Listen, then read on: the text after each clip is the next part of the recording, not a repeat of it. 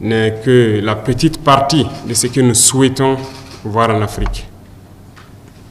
Seul l'éveil des consciences par l'instruction pourra nous amener à pouvoir soutenir nos révolutions et changer le visage de l'Afrique. Tout commence par là. Et je vous remercie du fond du cœur d'avoir pris de votre temps, de votre énergie pour donner la connaissance, pour échanger avec vos frères du Burkina Faso, mais de toute l'Afrique.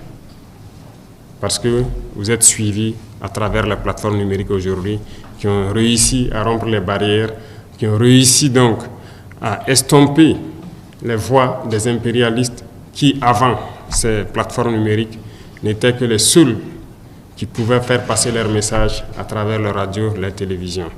Donc merci grandement à tous d'être là. Merci pour ce message, merci pour cet encouragement que vous êtes venus nous donner. Et je vous remercie mille fois encore. Merci grandement. Je pense qu'aujourd'hui, tout le monde doit comprendre que l'ordre mondial, comme vous l'avez si bien dit, il n'y a que deux camps. Et chacun devra choisir son camp. Ceux qui prétendent être neutres, soit n'ont absolument rien compris, ou ont peut-être le cerveau éteint. Il faut le dire clairement. Il n'y a pas de neutralité possible. Il y a les oppresseurs et il y a les opprimés. Et en tant que révolutionnaire, un révolutionnaire aime tous les peuples. La preuve, ils sont nombreux à venir d'autres continents pour appuyer, pour nous aider dans ce combat. Parce que toute personne qui aspire, tous les peuples qui aspirent à cette liberté, à ce développement, à cette harmonie, à cette union que nous voulons entre les peuples du monde, sont unis par les liens de la révolution. Voilà pourquoi il n'y a pas de barrière et un révolutionnaire aime les peuples. Partout où il y a l'oppression, partout où il y a des peuples qui sont dominés par d'autres individus, les révolutionnaires doivent pouvoir donner de la voix. Et merci donc à vous qui êtes venus du continent européen, américain, un peu partout, pour nous soutenir, parce que la cause de Thomas Sankara, certes, le 15 octobre 1987, on a cru avoir assassiné l'homme et ses idées.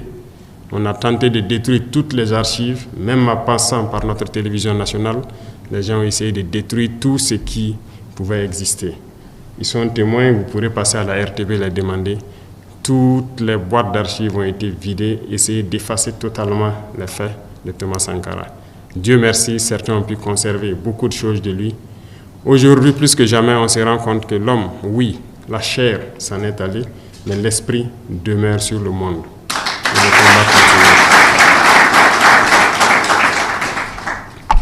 Aujourd'hui, beaucoup de chefs d'État africains se cachent derrière une soi-disant démocratie fabriquée à l'africaine, essayant de copier peut-être leur maître impérialiste. Mais aujourd'hui, la démocratie montre ses limites. Elle s'est développée, elle atteint son apogée. Aujourd'hui, elle est en déclin. Ça, il faut le reconnaître. Il faut que nous arrivions à fabriquer notre modèle.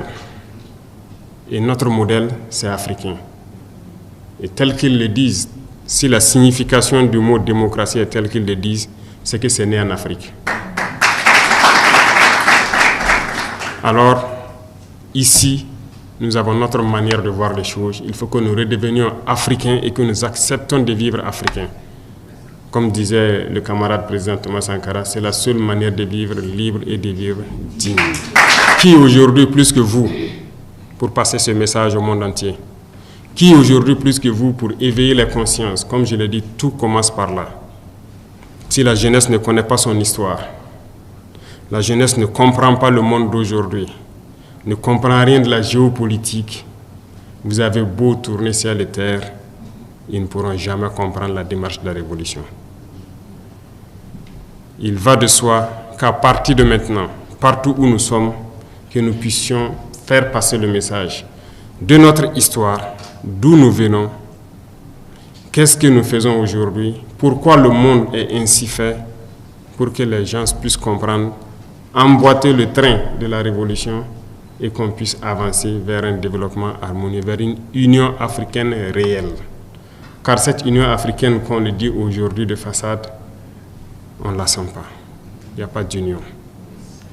Le continent est déchiré par des guerres.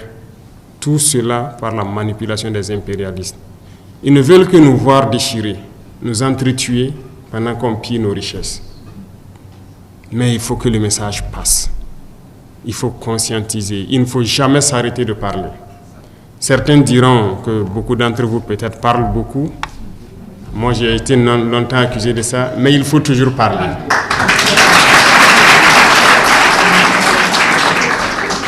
J'ai rencontré une fois le président vénézuélien. Il me disait, le père de la révolution, chaque jour il parlait à la radio. Et lui-même, qui était son fidèle, se demandait, mais pourquoi tous les jours il parle?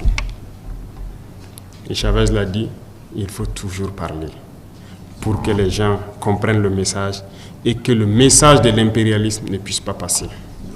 Aujourd'hui,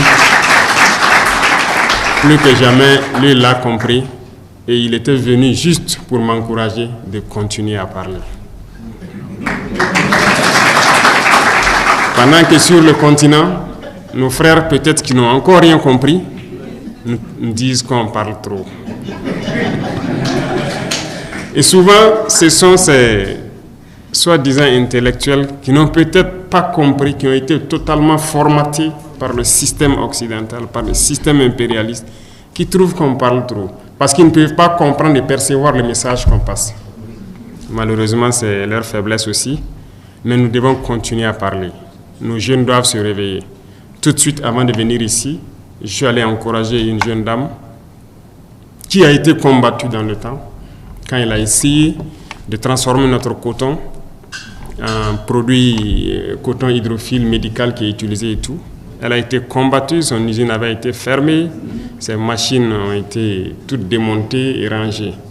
Quand nous sommes arrivés, nous avons essayé de la soutenir et l'usine a réouvert. Ce matin, je suis allé voir des visites. Ce qui se passe, l'Afrique ne demande que ça. Produire, transformer et consommer. Et nous allons continuer à encourager ces genres d'initiatives. Mais tout ça, c'est par le changement de mentalité. Et aussi, je dirais, en forçant la main à certains. Et c'est là la révolution. Parce que le changement de mentalité dans la bourgeoisie est difficile. Et c'est cette bourgeoisie qui oppresse et qui continue de conjuguer avec l'impérialisme parce qu'ils ont les moyens. Et aussi, ils communiquent. Ils passent par tous les canaux pour amener les jeunes Africains à stagner. C'est par là que les jeunes Africains se retrouvent à prendre l'eau, à mourir par milliers dans l'océan pour essayer de rejoindre l'Eldorado, si on peut le dire. Mais il faut qu'on arrive à le créer ici. Et c'est possible. Nous nous sommes lancés dans cette révolution et je pense qu'aujourd'hui, pour l'Afrique, c'est le seul chemin qui puisse permettre de pouvoir se développer. Passé cela, je ne vois pas autre méthode qui puisse résister aux manœuvres de l'impérialisme et de ses valets locaux sur place. Vous ne pourrez pas avancer, ils mettront toujours des bâtons dans vos roues.